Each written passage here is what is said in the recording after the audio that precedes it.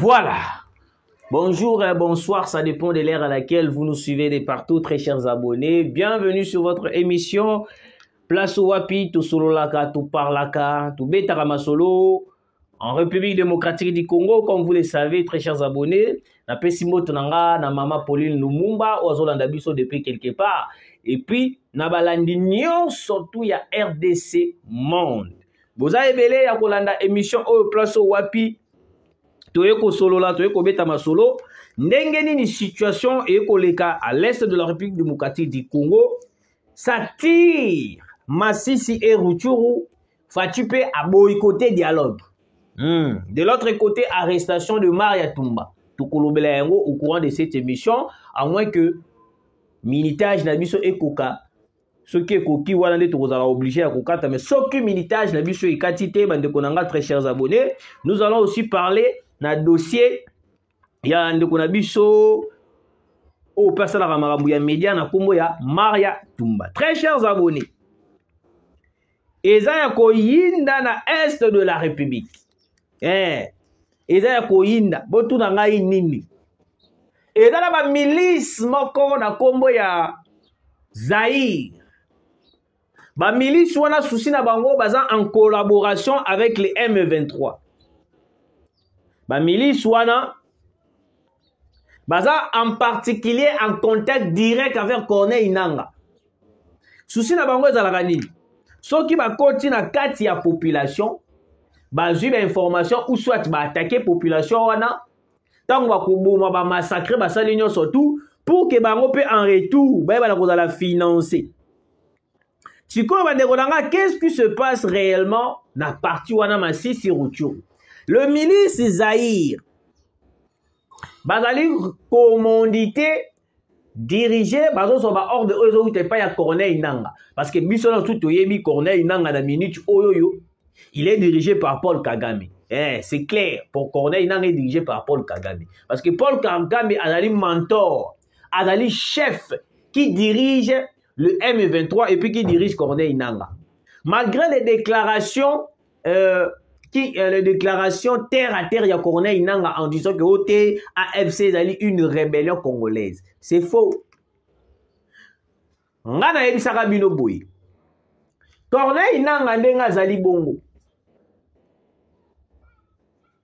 Corneille Nangaa ndenga zali bongo. Si réellement les groupes ou soit la rébellion AFC zali ya ba congolais à la Xabiso ba prenne. Tout d'abord, les gardes du corps au baza pour sécuriser Corneille Nangaa ba Rwandais. 2. Tous les ordres outaka na hiérarchie na bango et pas ya Paul Kagame, ceux qui a lobby bango nyons tout KO. Alors dis-moi un peu, si réellement vous êtes une rébellion congolaise, pourquoi attachez-vous avec les M23? C'est bizarre.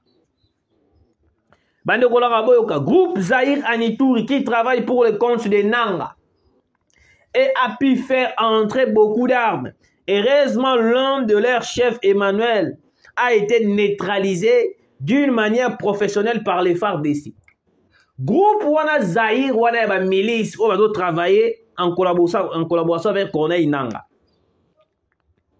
Bazui ba Minduki a Somo, Paul Kagame a pesi bango venant de la communauté internationale. Bazui ba Minduki. Jusqu'au moment où Koti Sayango, ba pesa ngo nani ba M23. Bazo kota ba pesa yango ba M23. Parce que autant ba koti bazo pesa yango ba M23, chef na bango embuscade moko salama kiana chef na bango, il a été appréhendé par par les FARDC d'une manière professionnelle. Bande konanga, moi je vous dis chaque jour, tous les jours sur nos émissions que non, la RDC est infiltrée d'une manière impossible. L'infiltration de la République démocratique du Congo dans Minutio Nambo Canabiso, il a fallu que nous puissions avoir l'armée très professionnelle pour que tout détecter ba type ya ba genre ya batouana. Yango moninga nazobeta aka CT. Nazobeta aka CTR nyo surtout Christian Chiwewe. Le général Christian Chiwewe en ce moment n'attend oyoyo. Tozo mérité te au prêcher biso Toboïté, prêcher la parole de Dieu, oui, c'est bon. Mais en ce moment, on a besoin prêcher bango ordre. Minduki baki ne kubeta à l'est de la République. Oui, prêcher bango Minduki. Alors, bande kolanga, tango bazo kota na Minduki wana. Chef na bango a tiré attention te. Malamoko pas le phare de se baye bakangi. Mais au commun, même si tu présentes bango la communauté internationale. Même ici, tu présentes bango et pas à américain, et pas à ONU, et pas à MONUSCO, ils ne feront rien du tout. Pour na bango, souci na bango dialogue direct avec les M23 aux États pour parler dans Luanda. Réfléchissons un peu, très chers Congolais. Quand est-ce que nous allons toujours continuer avec cette allure de parler à Luanda, alors qu'en cet instant ici, on n'a pas besoin de parler à Luanda, on a besoin d'agir.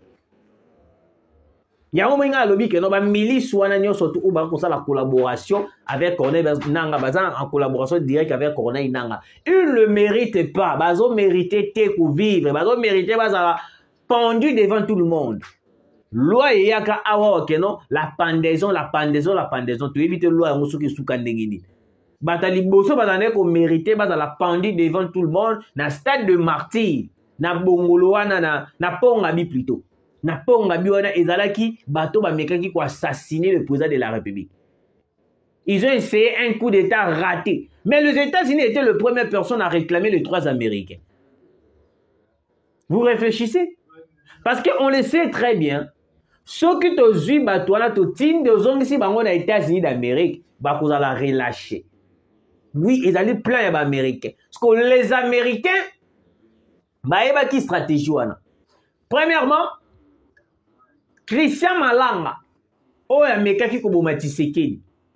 il avait visité l'Angola. Il était en bonne relation avec le président angolais et puis le militaire angolais. Deuxièmement, il était au Rwanda, Ouganda, Brazzaville, pays est belé. Donc, il a beaucoup de relations avec tout le pays où il a un complot contre la République. Il y a un coup d'état de Rataki. Joao Lorenzo, avant d'année, Aloba et Loro Malungate. Parce que il y a un plan na bango pour que Tshisekedi a tombé, pour que bango va finaliser l'accord na bango, ils allaient à l'est de la République. Oui. Parce qu'à cet instant plutôt, excusez-moi, na minute choyo, on n'a plus besoin yako la pongi ni au moins to vanda kimia to mona ndenge ba ko menacer biso. Le FARDC va arrêter bakangi chef rebelle ya groupe milice wana Zaïre. Bazo kotisa Minduki et que le ko ravitailler les M23 pour que les M23 baya nini baya ko boma biso. Ngana betaka seki awawa na lobaka yango chaque jour. Bunagana est comme une base militaire pour les ravitaillements de M23. Certaines personnes vont considérer Kayangote. Le jour où nous prendrons conscience d'attaquer, de déloger les M23 Bunagana, peut-être ravitaillement aussi là. Oui, parce que tous les armes que les Américains, le Français, Pesaka, Dotaka, le Rwanda, et les tout d'abord, et l'équipe, et quand tu Uganda, Bunagana, pas, allez, Bunagana, tant que côté, bandi ko ravitailler, na position na bango surtout. Bandi ko kotala, bango kuna bazana ngambo bwe, bango kuna baza place bi, bango kuna bazali, bandi ko pesa.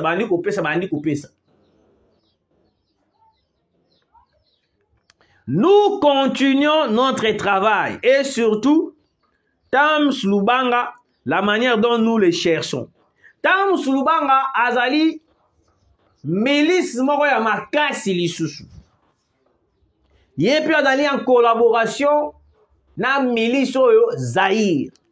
Bango nyonso wana bazali na kati ya bloc moko ya bato oyo bakoluka Congo ekweya. Na minute oyo il est recherché par les FARDC. recherché na ndenge ya kosakana te par les FARDC, le militaire. Donc aujourd'hui, l'armée congolaise monte en puissance. Na Rutshuru kuna affrontement grave de Wazalendo et puis les M23 AFC. Corneille Nangaa, les jours les Congo, ou soit c'est les jours où FARDC ko zwa na maboko na ebite. Nga lo barango awa okeno FARDC le jour boko zwa nanga boyela biso ka gebembe. Boyela biso ka gebembe ndenge moko opération basalaka contre Ben Laden. Opération basala contre Ben Laden bayaka na cadavre. Bayaka na cadavre batinda basala une opération commando très professionnelle les Américains. Mais eux sont les premières personnes à nous dire que notre qui déco dialoguer.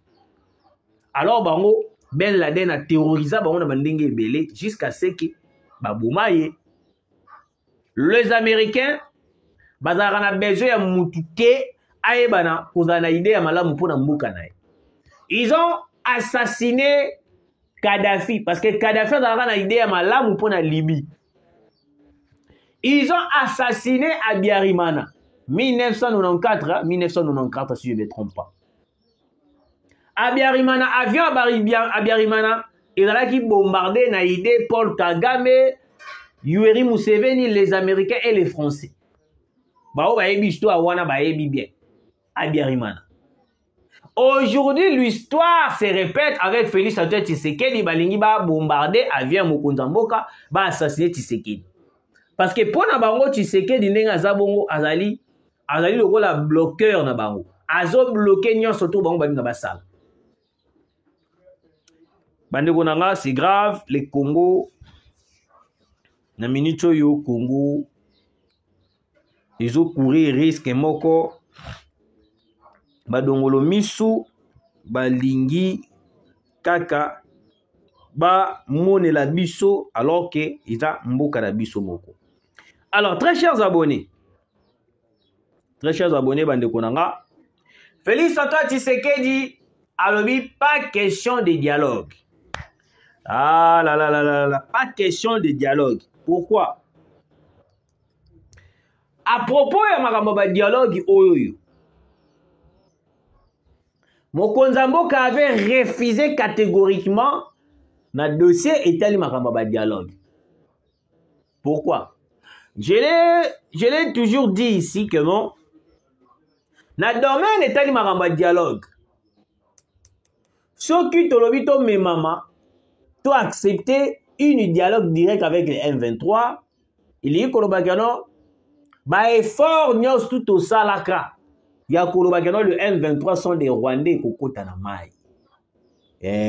Kokotanamai. Pourquoi la lobby boy? Devant la communauté internationale, le Rwanda, à travers Batonaye ou M23, Balbarakeno baza une rébellion congolaise. Bertrand Bisimwa s'est dit il est congolais. Willingo m'a s'est dit il est congolais. Corneille Nangaa n'en parle même pas. Qui encore? Le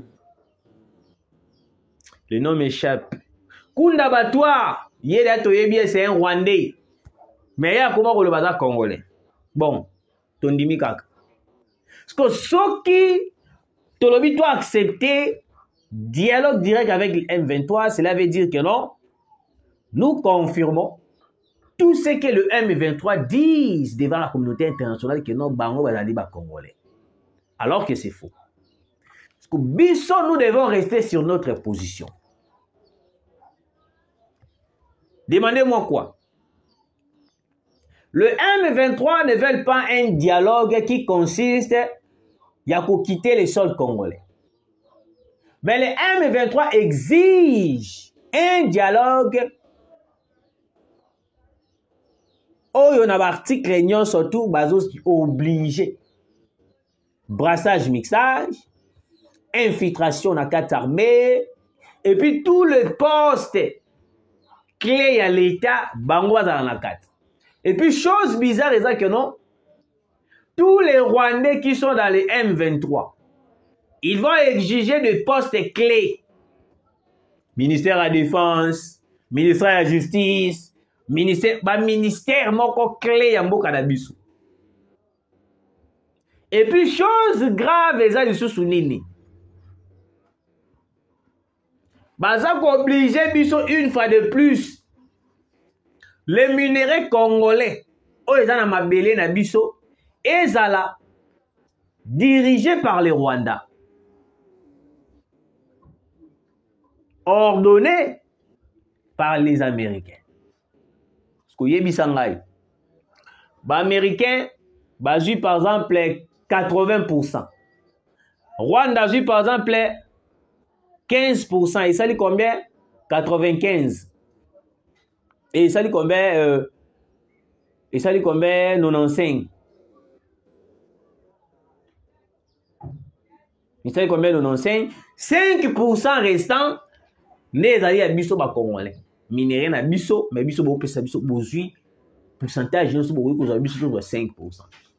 C'est la chose que Tshisekedi refuse jusqu'à présent. On n'a pas besoin de partager nos minéraux avec Batowana ou Bazana Ide Yamabe. Vous comprenez, très chers Congolais. Donc, minéraux na biso moko ya Congolais. Et comment, tout comme on a 5%, Rwanda 15%, communauté internationale, 85%, 80%. Ça ne se fera jamais. Le président de la République l'a dit très bien dans la tribune des Nations Unies. Mokondambo Kalobi que non, il n'y aura jamais un dialogue qui sera accordé au M23. Parce que beaucoup de personnes se demandent, se posent la question que non, on doit dialoguer seulement. On a vu que non, la guerre continue toujours. On n'a pas besoin de on n'a pas besoin de continuer à mourir. Balobi surtout bakoyi koloba. Nde yango moni Martin Fayulu akeiti na États-Unis kosenga bango soutien. Si réellement Martin Fayulu il était congolais de père et de mère, pourquoi il est allé auprès des Américains demander l'aide pour que le loyer PA soit poste? Alors que c'est le même Américain qui nous massacre à l'est de la République. Comprenez? Martin Fayulu. Est-ce que vous êtes conscient? Na oyo kusala. Mouzito ayebisa biso ozala congolais toza sénégalais. Mouzito ayebisa biso Martin Fayulu n'est pas congolais. Nga nem la mémoire Martin Fayulu la bandundu la présenté comme si congolais. Mais en vrai dit Mouzito ayebisa biso Martin Fayulu n'est pas congolais. Na minute, on n'a pas besoin de faire confiance aux étrangers. C'est les mêmes étrangers qui trahissent la République, les mêmes étrangers qui signent des accords contre la population congolaise, contre le minerai congolais. Parce que Mouzito a proposé, et plutôt, Fayulu a proposé dialogue, cohésion nationale. Na kati ya cohésion nationale, à l'obito peut se poste à premier ministre. Waouh! Waouh! Donc aujourd'hui, Congo est comme un gâteau. Moutonios toi y a katinda mwakei. Moutonios toi y a katinda mwakei. Ba tu lukwebo. Alobi que non asali ebele pour mboka. Mais ba fouté monnaie d'échange. Je me suis posé la question. Ba tu lukwebo aliembo ya mboka na niveau nyo surtout. Mais aujourd'hui, il s'est dit que non ba fouté monnaie d'échange. Yango moni na katia union sacrée, la trahison existe. Des gens qui cherchent à tout prix à couper dans dengenini ya kubomamboka. Beaucoup de gens au bas na katia union sacrée, des traîtres, ba Vital Kamerhe, ba Tulukwebo, ba Tebele au bas na katia union sacrée. Des gens qui cherchent à tout prix ya couper la coincer la République. Vital Kamerhe Kalaming Tauchu Kolobani. Nazo mona logo ndeti tozana de armée na mboka. Au Wazalendo et puis FARDC. Qui vous dit que non, tozana de armée? Les Wazalendo bazaba patriotes congolais. Vital Kamerhe, attention. Attention avec la population congolaise. La colère de la population congolaise est Aramakas. Ceux qui sont au Telemi, au Siliki, au Bengano pe na pouvoir. Au Bengano pe place aux Aliouana. On n'a pas besoin de caméléons. Si vous travaillez pour les Rwandais, il est temps de quitter les sièges, d'aller rejoindre Paul Kagame. C'est clair. Nous là, on n'a pas besoin de traîtres en République démocratique du Congo. On a traîtres, zonga, namboka na. Tout d'abord, on a pu moutia.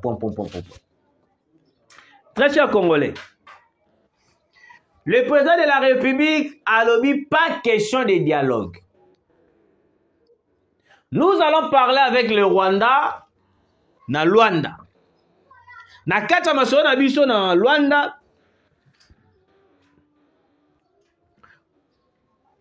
tozo confirmer détermination na biso auprès de la communauté internationale et puis devant Paul Kagame. Toza na besoin te. Et puis il n'y aura jamais un accord ou soit un dialogue direct avec le M23. Parce que le M23 est allé coquille vide. Je le dis toujours. C'est la même parole que le président de la République l'avait dit. Nous avait dit. Fatih Deda Aloba yango déjà. M23 est à coquille vide. Na kata M23, vrai M23 est allé les États-Unis na Kagame. C'est tout. Parce que ce que mon dit Paul Kagame a pour résister au bimana bien na biso, boye ba yango que les États-Unis pe bazo boya. Parce que États-Unis bango ba lobi que non te il faut à tout prix to sin sara makambo na Luanda. Parce que na Luanda kuna pe place au pe biso to ko sola. Bango ba lingi pe to signer accord avec les M23. Chose qui ne va pas se faire. On ne va pas négocier. On n'est pas à l'époque de Joseph Kabila Kabangi, un Rwandais au pouvoir. Il a la capacité de tout signer les accords. Un Rwandais au pouvoir, il a la capacité de faire tout au Congo. Alors, nous avons un président qui est congolais de père et de mère, qui n'a jamais trahi la confiance aux Congolais, population congolaise appelée Sakaï. Nous, là, nous devons le soutenir.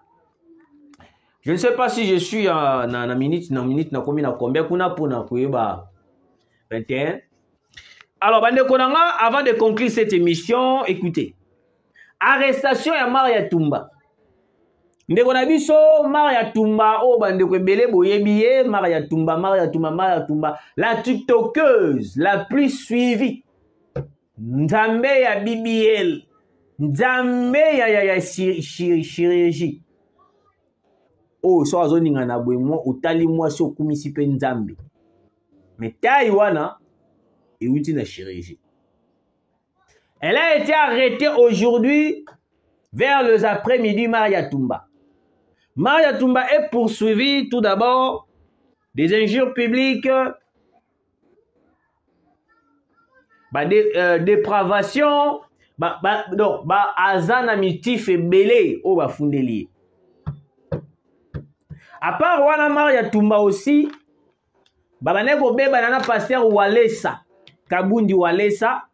À part Kabundi Walesa, Maria Tumba, elle était aussi accusée par ya député onani mwana ya Kabundi, mwana Kabundi Walesa. À part wana justice et bandaki tout d'abord kubenga ye par rapport ya babiloko a salaka. Aujourd'hui, la jeunesse congolaise, beaucoup plus sur ce qui est beba, c'est grâce à ba genre, à ba TikTokers oyo. Bazo salara ba vidéo montra banzoto na bango bataille ya bien, taille ya ngolo, taille ya nina, taille ya mpakasa, taille soki ya ndenge ni balakisaka biso. Alors que na sima na yango et là, babiloko boko basalaka o peut-être bayebisaka ba jeune fille. Moko ya camarade ya Maria Tumba wana alobi keno ata bokangi Maria Tumba. Ngai boskize nga na terme ngai basen na ngai na melisaka ministre moko congolais. Alors ata bokangi Maria Tumba, il suffit ka bengi ministre wana pa akusala kaka appel kaka bibimisa Maria Tumba. Ezala même nga moko. C'est qui le nom? Jemima Kokonzondi. Donc aujourd'hui, la justice est manipulée par de jeunes filles, de jeunes garçons, et puis orgueilleuse.